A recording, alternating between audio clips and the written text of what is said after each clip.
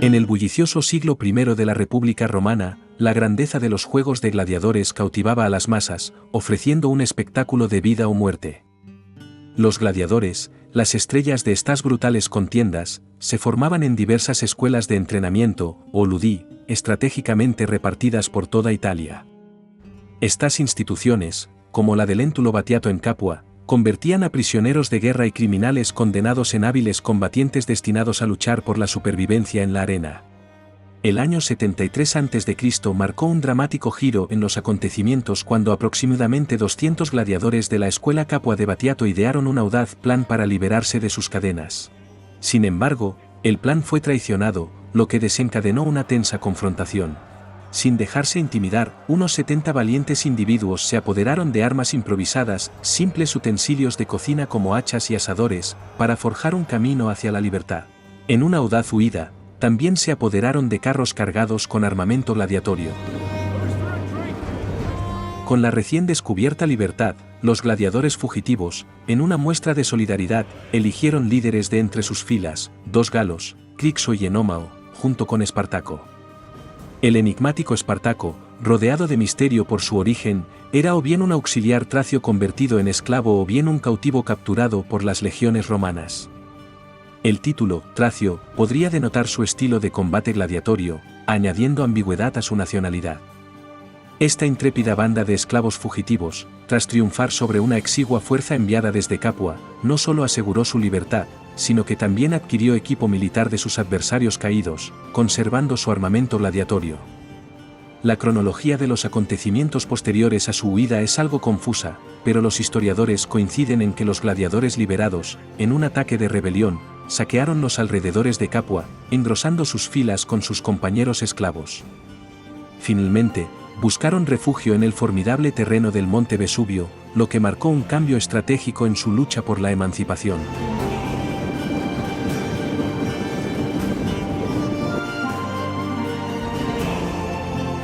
En medio del terror de la revuelta y las incursiones en la próspera región vacacional de Campania, que atrajo la atención de la influyente élite romana, que lo consideró más una ola de delincuencia que una rebelión en toda regla, las autoridades romanas subestimaron inicialmente la gravedad de la situación. En respuesta a la escalada de disturbios, Roma envió una fuerza militar bajo la autoridad pretoriana, liderada por Cayo Claudio Glabro. La fuerza reunida apresuradamente de 3.000 hombres, no organizada como legiones, sino más bien como una milicia, reflejaba la percepción inicial de Roma del conflicto como una incursión más que una guerra. La estrategia de Glabro consistía en sitiar a los esclavos en el monte Vesubio, bloqueando así su única ruta de descenso conocida. El plan era esperar pacientemente, anticipando que la hambruna finalmente obligaría a los esclavos a rendirse.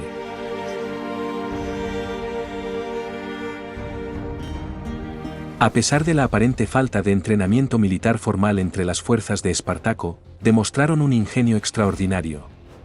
Aprovechando al máximo los materiales locales a su disposición, los hombres de Espartaco emplearon ingeniosamente vides y árboles de las laderas del Vesubio para fabricar cuerdas y escaleras.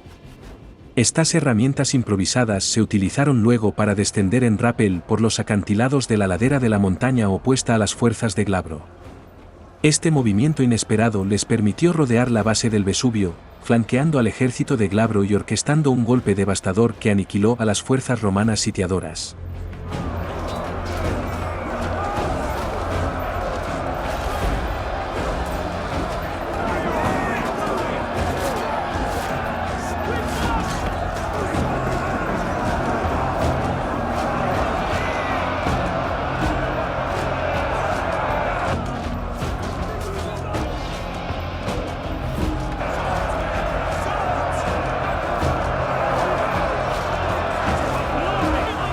El ingenio y las tácticas poco ortodoxas exhibidas por las fuerzas de Espartaco resultaron ser un desafío formidable para las disciplinadas legiones romanas bajo el mando de Glaber.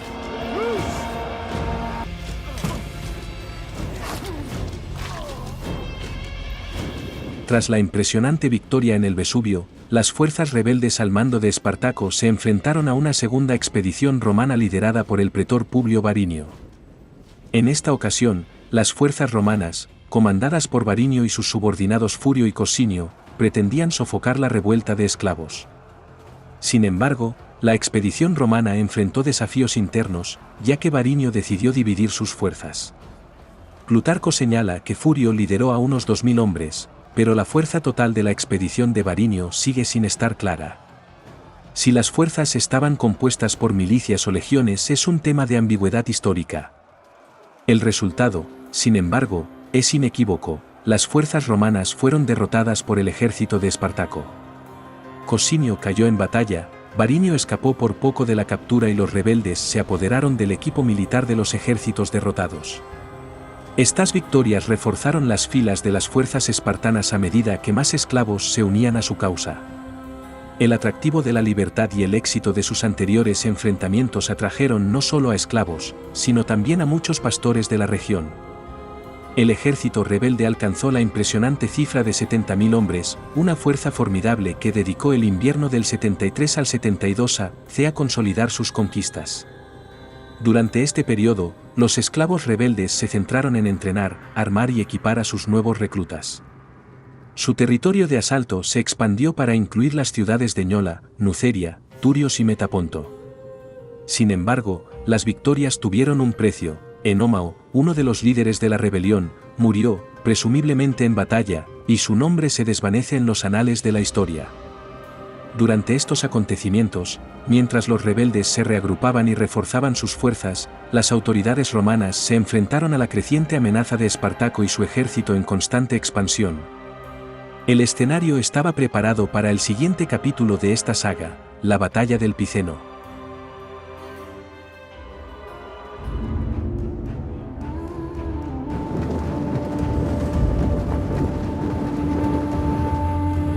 Tras las audaces victorias de Espartaco y la creciente amenaza que representaba la revuelta de esclavos en el sur de Italia, el Senado romano, inicialmente indiferente, se vio obligado a tomar medidas decisivas. A medida que los rebeldes conseguían victorias, el miedo se extendió por el Senado, lo que provocó el envío de ejércitos consulares y legados para sofocar la sublevación. El cónsul Gelio, al mando de una de estas fuerzas, logró aplastar a un contingente rebelde comandado por Crixo, camarada de Espartaco, en la batalla de Mons Garganus, en Gargano. Sin embargo, la victoria le costó la vida a Crixo.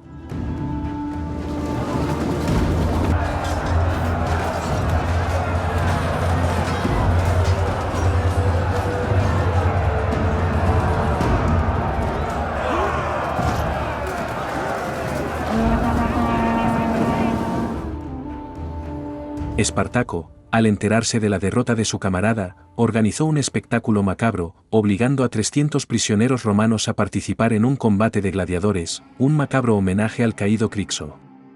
Sin inmutarse, Espartaco modificó su estrategia y dirigió su formidable ejército de 70.000 hombres hacia el norte, a través de los Apeninos, rumbo a la Galia Cisalpina. Su objetivo era doble: explotar las abundantes cosechas de la región para mantener sus crecientes filas e incitar la rebelión en las ciudades contra Roma. A medida que Espartaco avanzaba, el impulso de su causa se intensificaba. Esclavos fugitivos, gladiadores, desertores y campesinos descontentos de las ciudades cercanas se unieron a su estandarte, aumentando su ejército a la asombrosa cifra de 120.000 hombres. Decidido a forzar una resolución, Espartaco optó por una marcha directa sobre Roma. Antes de esta audaz maniobra, implementó medidas despiadadas, quemó materiales sobrantes, ejecutó prisioneros y masacró animales de carga para maximizar la movilidad de su colosal fuerza. En respuesta, los cónsules Gelio y Léntulo se reagruparon en Roma, fortificando y expandiendo sus legiones. Reconociendo la gravedad de la situación, unieron sus fuerzas con la intención de interceptar la ofensiva de Espartaco.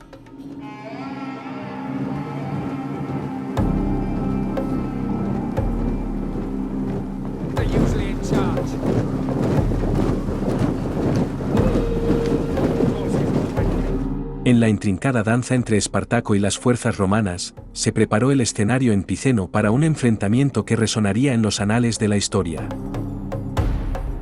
Espartaco, con su creciente ejército de esclavos, maniobró hábilmente a través del desafiante terreno de los Apeninos, con la vista puesta en la propia Roma.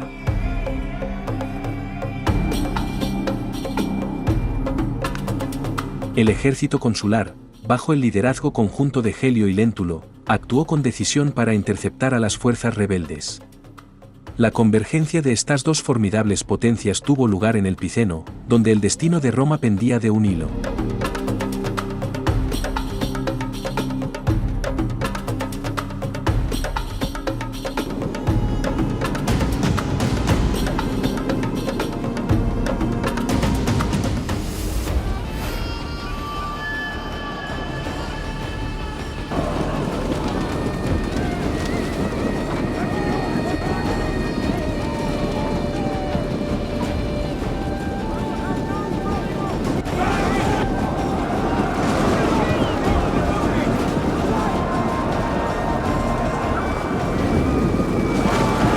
Espartaco, con su perspicacia estratégica y su superioridad numérica, orquestó una impresionante exhibición de destreza militar.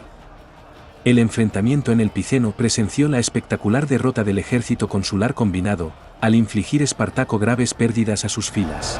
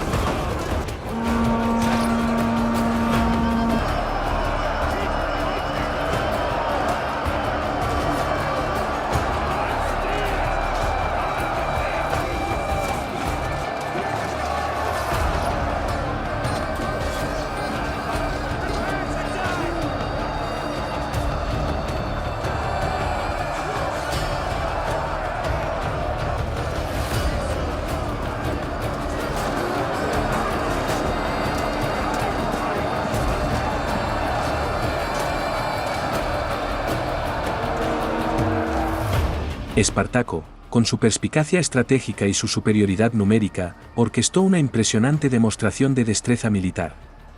El enfrentamiento en el Piceno fue testigo de la espectacular derrota del ejército consular combinado, al infligir Espartaco graves pérdidas a sus filas. Las fuerzas romanas, antes confiadas, ahora desorganizadas por segunda vez, se retiraron apresuradamente a Roma, dejando atrás los ecos de su orgullo destrozado.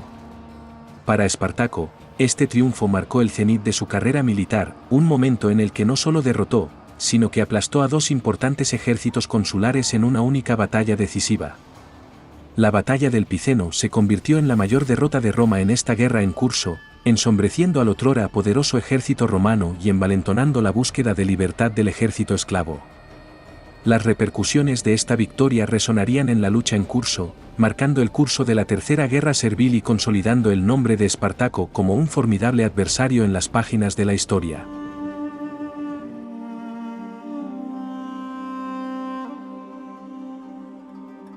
Tras la rotunda victoria en el Piceno, Espartaco se encontró en un momento crucial, a tiro de piedra del corazón de Roma.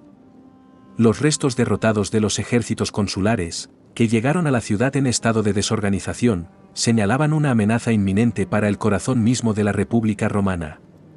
Sin embargo, Espartaco, demostrando una profunda comprensión de los desafíos que se avecinaban, tomó la decisión estratégica de posponer el enfrentamiento final con Roma.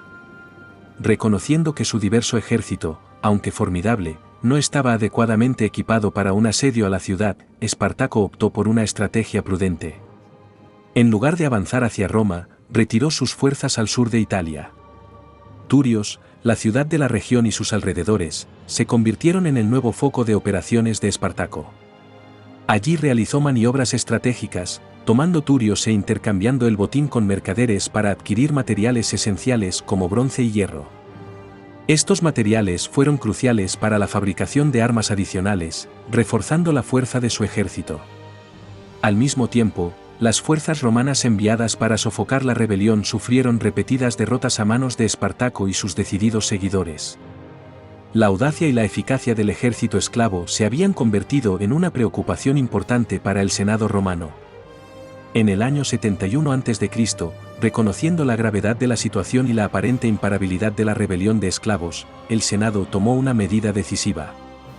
los cónsules que habían liderado la respuesta romana fueron destituidos, dando paso a un nuevo liderazgo bajo Marco Licinio Craso.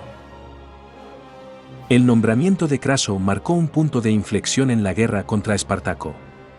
Como comandante militar hábil y decidido, Craso aportaría un nuevo nivel de perspicacia estratégica a las fuerzas romanas.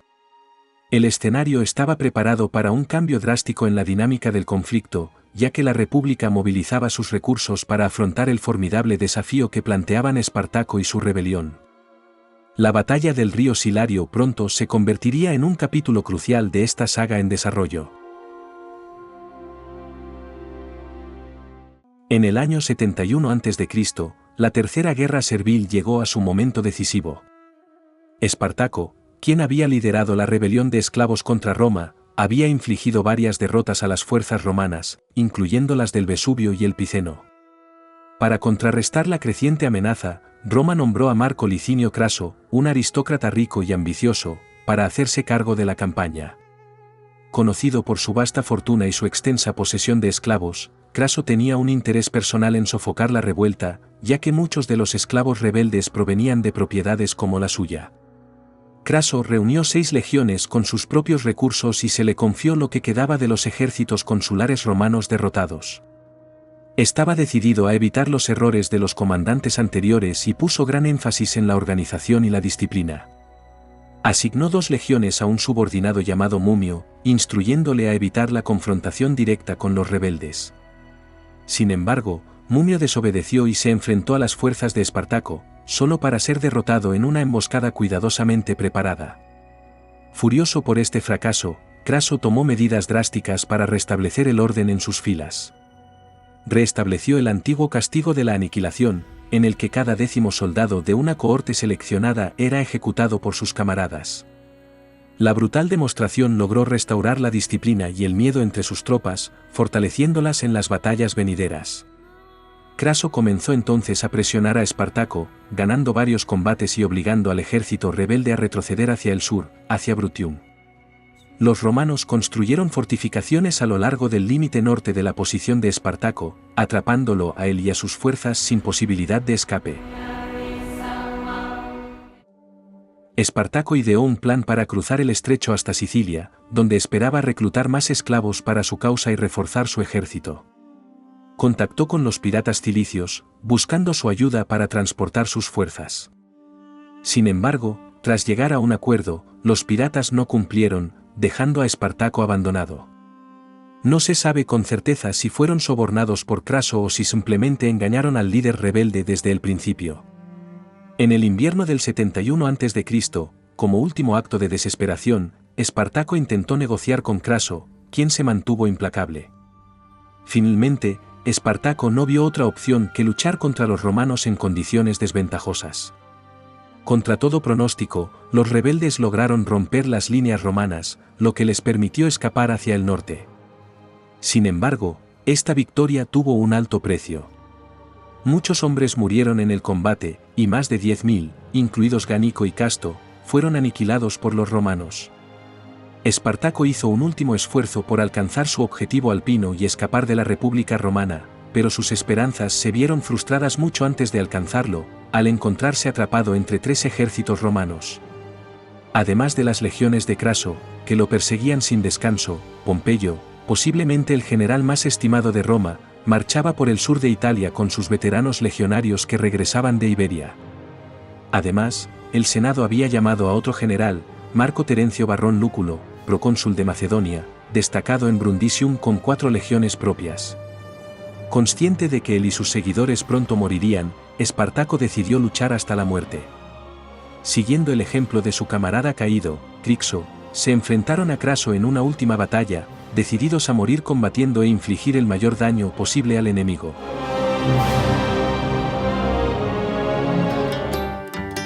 Ambos ejércitos estaban prácticamente igualados, Espartaco comandaba los 50.000 combatientes restantes y Craso desplegaba 40.000, incluyendo unos pocos miles de jinetes. Antes de que comenzara la batalla, Espartaco mató dramáticamente a su propio caballo, proclamando que si ganaba, tendría muchos otros caballos para elegir, y si perdía, no necesitaría ninguno. Su argumento era claro, la retirada no era una opción. Espartaco lucharía hasta la muerte. Los gladiadores cargaron contra las filas romanas, chocando contra un muro de escudos y espadas.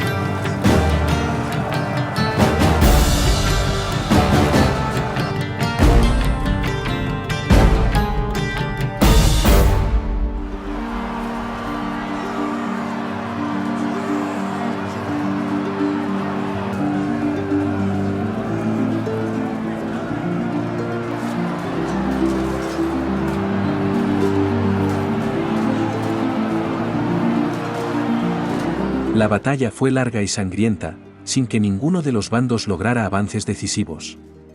Espartaco reunió a sus tropas y lideró un avance contra Craso, intentando desesperadamente alcanzarlo.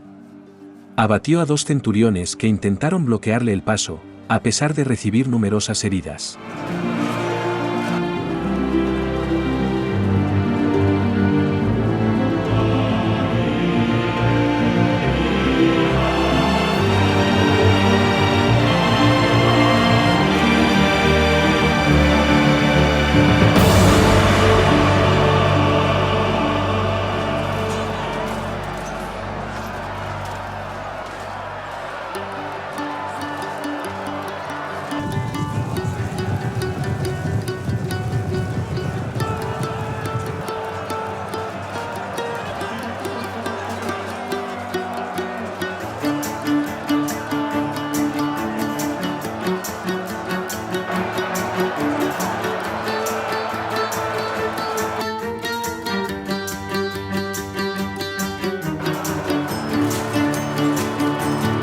En medio de la batalla, Espartaco fue gravemente herido en la pierna por una jabalina, lo que lo obligó a arrodillarse.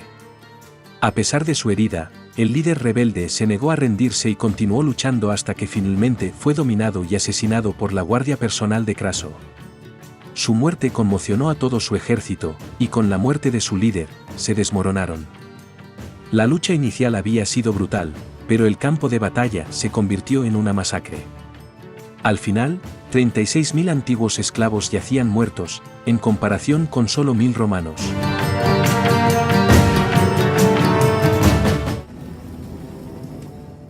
Los restos del ejército de Espartaco huyeron a las montañas, pero los hombres de Craso los persiguieron rápidamente, capturando a 6.000, a quienes crucificó a lo largo de la Vía Apia, desde Roma hasta Capua. Otros 5.000 fueron capturados por las fuerzas de Pompeyo, que venían del norte, y todos fueron asesinados, poniendo fin a la Tercera Guerra Servil. La guerra terminó con una victoria para Roma, pero no para Craso. Había invertido gran parte de sus recursos personales con la esperanza de cosechar todos los beneficios políticos derivados de sofocar la rebelión para progresar en su carrera. Se le atribuyó la derrota de Espartaco, pero al final se sintió humillado, pues tuvo que compartir su gloria con Pompeyo, su rival político, a quien se le atribuyó el mérito de poner fin a la rebelión a pesar de combatir solo los últimos remanentes de resistencia. Tras la decisiva victoria de Craso, Roma nunca volvería a presenciar una revuelta de esclavos de esta magnitud, y Espartaco se convertiría en una inspiración para otros que lucharon por su libertad a lo largo de la historia. La Tercera Guerra Servil también es crucial para la historia de la República Romana. Pompeyo afirmó que, tras capturar los últimos restos del ejército de Espartaco, había puesto fin a la rebelión, apoderándose de parte de la gloria de Craso. Ambos generales gozaban ahora de popularidad entre el pueblo por derrotar a la que se consideraba la mayor amenaza para Roma desde Aníbal. Como resultado, al año siguiente, 70 a.C., ambos fueron elegidos cónsules. Craso nunca perdonaría a Pompeyo por arrebatarle parte de su gloria, pero finalmente, junto con Julio César, formarían el primer triunvirato, acelerando aún más la caída de la República Romana y el auge del Imperio Romano.